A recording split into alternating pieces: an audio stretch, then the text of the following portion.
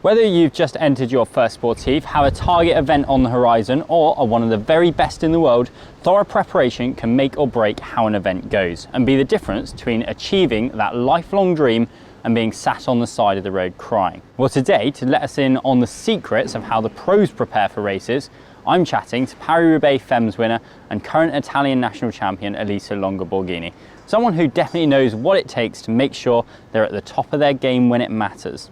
Preparing for a target cycling event requires a combination of physical training, mental preparation and strategic planning. And we reckon there are 7 main things to consider before swinging your leg over the bike on race day. Welcome, Elisa. Thank you very much for joining us. Thank you for having me, and I hope I can be helpful. I'm sure you will. If we can be 1% as quick as you are, then I think we'd be very happy. I think it's fair to say that 2023 went rather well for you. Same again in 2024? Yeah, I mean, 2023 was a kind of a roller coaster for me, to be fair. So I really hope that 2024 goes a little bit smoother this year.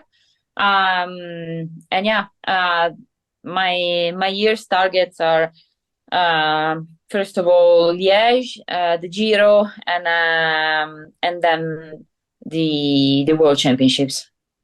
So when do you actually, I guess you sit down and set your targets. When does that actually happen? And do you think this is something that most amateur riders would benefit from as well? Because I guess these goals then dictate your entire training plan. Yeah, we start planning already more or less in October with a brief chat with the DS and the management. And then we have our schedule in December. So we have a full winter to prepare for our goals. And it's definitely worth it to have it also as an amateur, because then you can plan ahead your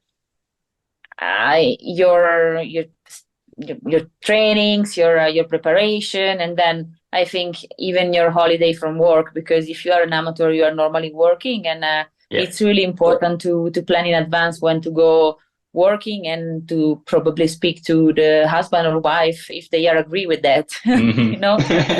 I've always found it hard to prepare for the races or events that I've done because there are just so many things that you can't control. Like there's a lot of unpredictability with racing or any kind of event. So is there anything that you do or Lidl Trek do to try and mitigate this? To try to prevent things unexpected, we always go and try the route of the race we are racing in advance. But sometimes the races are all around the world, so we pre-ride them on Rouvy. Okay. Yeah, because Lidl Trek is partnership with this application for this year, and I think it's a really good one because it's so realistic, and you can just try the lap having an overall view of what the route looks like, and then you can be prepared. But Rouvy actually gives an experience that it gives some benefit to when you are then actually on race day. Yeah, it is, because it's so realistic, because it's a video that then they put on the app, so you basically see the actual route, the tarmac and so on. So you don't have any surprise when you're riding it, and so you can also plan in advance where the key points are and where you should maybe eat or drink or rest, because there are places that are like where it's easier to decompress a little bit and to reset, just to be able to refocus later on when it's really needed. So once you've decided what races you're going to target in the year ahead, and perhaps even ridden parts of them, what's next? After deciding which kind of races I want to race and how my calendar it is, we try to tailor a good training around it. So we usually work with coaches that are internal coaches from the team. I know for amateurs maybe it's a bit different, because not everyone gets a coach, but everyone can kind of try to maximize their trainings around the week in between the working time, which is really important. And then, as I said, maybe when they go kind of holiday with a family, they can go a bit longer on the bike. But again, I think Rouvy is really important for an amateur because normally normal time shift is finishing around 8 in the evening, so you don't really have light to go out, unluckily, if it's not summer. So you can just jump on the rollers and have a specific training on the rollers, and again you have a clear view of the parkour you're going to ride. It's nice. The time goes faster because we know that normally on the rollers the times never goes away. Absolutely, yeah. Yeah, and then you can also create a community, and you can basically enjoy your ride by not moving from home. Okay, so I've chosen my event. I'm in the shape of my life. What else do I need to consider? We do get told that fueling is obviously an important consideration. Yeah, fueling is one of the key points of having a good result. So it shouldn't be underestimated.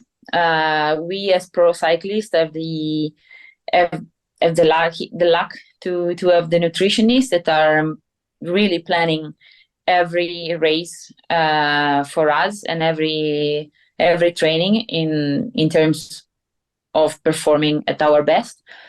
So I think it's really important for an amateur rider to take in account to have enough carbs, for instance, because we tend not to have enough of them. But we always say that a little bit more is always better than a little bit less. Sometimes before a big event, it's better to eat a bit more and to feel a bit fluffy at the beginning of the race than to feel completely empty after 20 kilometers. So nutrition is really important. And is obviously on race day and building up to race day, it's really important. But do you practice a nutrition schedule? Like, do you practice when you're going to eat in races and things like that? Normally, I practice, or I train my body to get enough fuel and to digest the carbs intake that we have to use during the races in trainings. The tip I would give to a person that wants to have a specific goal is to try always to eat every 30 minutes in a ride, and to keep this balance, to keep this habit also during the race, and try to hydrate as much as possible, like at least a bottle per hour, and try to eat at least every 30 minutes. Well, my training buddies next week are going to be I'm going to be dropping them all over the place. Now, I've seen how many hours of a week of training Lidl Trek are putting in, and it seems absolutely mental to an amateur like me. Does that mean that recovery is overrated? No, recovery is so much important. I mean, having a full day of recovery allows your body to be able to go even deeper the day after. And we usually say that recovery is a training. And so in a normal recovery day, you get to stretch, you get to use the foam roller, you get to have a very good massage, like maybe a bit deeper than you normally have around the training days. And then you try to prioritize sleep. So basically you sleep, if you can, a bit longer in the morning. And then also this kind of routine, you try to apply it approaching the races. Like when you go down with the training load, you try to maximize your recovery and to maximize like your tapering to get your body ready for the race. And I guess as an amateur, I'm going to need a lot more rest than someone like you needs, because you've had years and years of training to be putting those miles in day after day. So we've got some some tips on how to recover, and we'll pop a link on the card up there. Now, being a pro cyclist it's definitely tough. It's clearly physically really hard, but is it mentally tough as well? Yeah, it's also mentally really tough, especially when you are targeting a race, and you know that that will be your race and you really want it. And maybe when you are in that specific race and you are fatigued, you have to develop like a positive mindset, self-talking, like, okay, I'm now at this point of the race, but I can actually make it and I can do it and stuff like that. Like self-talking is really important, and it's something that you can train. And of course, we are also really well followed by a team of psychologists in the team. But it's really easy, as I said, also for an amateur to just think, okay, now I'm here. It's the race I've dreamt of. I've been doing all these trainings. I've been taking holidays and I trained. So now I give my all within a positive way. And then, in the end, for an amateur, but for everyone, what really matters is to just be able to express yourself at your best potential, at your best, to be yourself best. And then who matters the result? Like for us too, I would be always happy if at the end of the race I'm second or third or fourth, but I gave my 110%. This only means that we're two or three or only one rider stronger than me. But this is life, eh? There is always somebody better than you. There's a lot of people better than me, that's for sure. So leading on from that, what about the bike? Because they get some abuse over the course of a season too. How do you make sure that doesn't let you down on race day? Well, again, I'm very lucky because we have a team of mechanics that are looking after our race bikes, but our training bikes, for example, are on us as riders. Oh, okay. So I always make sure that my bike is clean. I always clean my bike almost after every ride, or maybe if it's a dry ride, every second or third day. And then I try to have a good maintenance with the mechanic, with the local mechanic. Try to change the disc brake pads, the chain, like frequently, because it gets really ruined on trainings, especially during the winter. So a good bike maintenance may make sure that your dream race will not be ruined for a mechanical. Yeah, to put in all that work and effort into your training, and then whatever goes wrong. Some of it's unavoidable, like we've all had punctures and things like that, but the things that you can avoid, you should probably try and avoid. You can control what you can control, and then the rest is uncontrollable. We'll keep our fingers crossed. Okay, Elisa, well, thank you very much for joining us.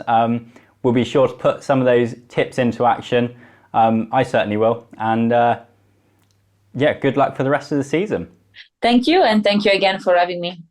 Let us know what events you're preparing for down in the comments section below. And if you want to find out whether your target event is on Rouvy, then follow the link in the description below. If you like this content, then don't forget to give it a thumbs up, subscribe to the channel, good luck in your event, and we'll see you next time.